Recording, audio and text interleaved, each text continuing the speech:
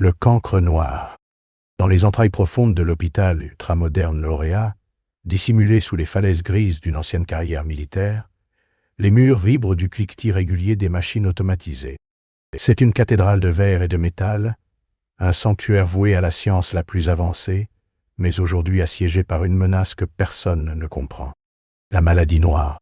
Tout a commencé dans les quartiers pauvres de la ville voisine.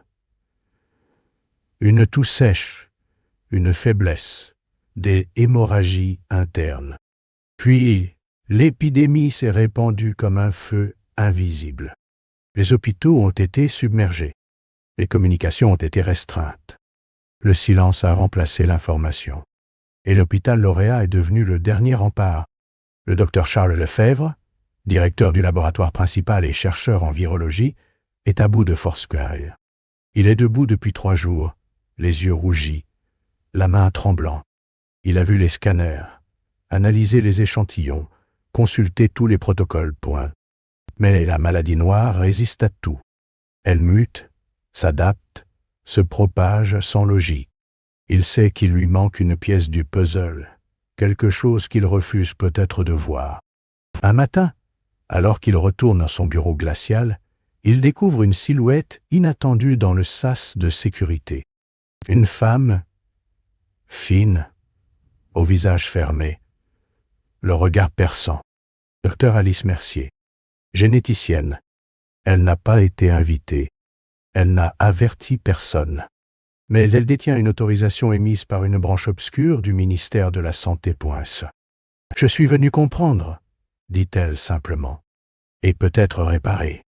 Charles l'observe sans un mot.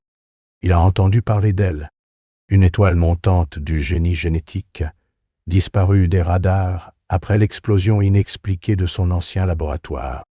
Elle ne donne aucune explication, et il ne la lui demande pas. Dans le laboratoire central, éclairé par les halos bleu pâle des appareils d'électroscopie, commence une étrange collaboration. Alice ne parle presque pas. Elle passe des heures à analyser l'arne du virus, à interroger les données génétiques. Charles, d'abord distant, finit par admirer son esprit froid et précis. Mais il sent aussi une tension sourde, comme si elle cherchait quelque chose qu'elle ne veut pas qu'il voie. La ville continue de tomber. Les camions transportant les corps défilent dans les tunnels de l'hôpital. Des zones entières sont mises en quarantaine. Les communications deviennent cryptées. Le monde extérieur s'efface. L'hôpital devient une île. Alice commence à poser des questions. Des questions précises sur certains anciens fichiers de recherche classés. Des résultats que Charles avait volontairement effacés. Elle s'intéresse aux dossiers codés Projet Obscura. Il nie les connaître. Mais elle sait. Un soir, après une dispute éclatante dans le silence du laboratoire, il craque. Il avoue. Il y a 8 ans, Charles a travaillé dans un laboratoire secret, financé par une alliance privée entre des industries pharmaceutiques et un département militaire. Point. Leur objectif ? Créer un virus capable de provoquer des réponses comportementales spécifiques. Contrôle social. Obéissance. Soumission. Le projet a été stoppé. Du moins, officiellement point. Mais il a conservé quelques échantillons, pensant que les mutations naturelles neutraliseraient leur dangerosité. Tu crois vraiment qu'il t'aurait laissé garder ça sans une raison ? Souffle Alice. Elle lui montre alors ses propres découvertes, des séquences génétiques du virus qui ne peuvent pas avoir évolué naturellement. Quelqu'un a repris ses travaux.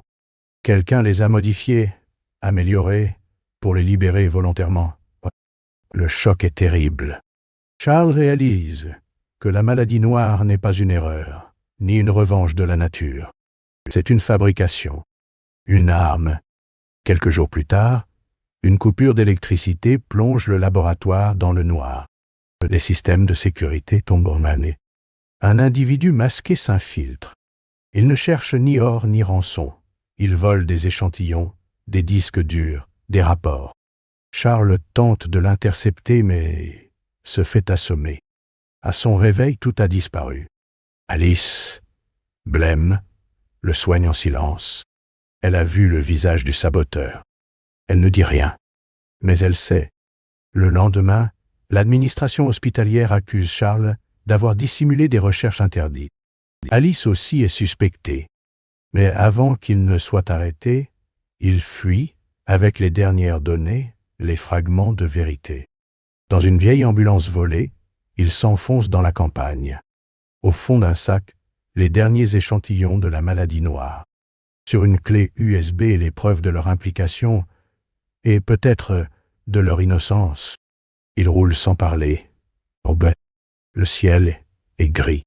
Le monde semble suspendu dans une agonie lente. « On nous pourchassera, » dit Charles. « Pas si on les devance, » répond Alice. Ils n'ont pas de plan, pas de refuge. Mais ils savent une chose, derrière la maladie noire, il y a une volonté, une organisation. Et s'ils ont créé un monstre, ils peuvent aussi peut-être l'arrêter ou l'utiliser.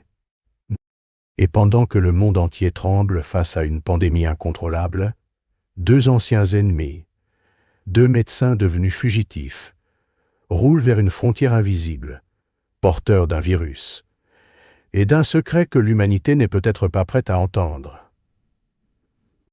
Oh,